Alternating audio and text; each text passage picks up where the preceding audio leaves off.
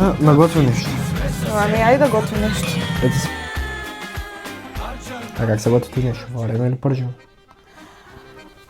Ами, може да се пържи, може и да се вари. Мама, да го изпържим, а? Да. Добре, слагаме го. Така. Я го обърни малко. Не, на другата страна. Те не прилича на нещо. Трябва да е нещо. Добре.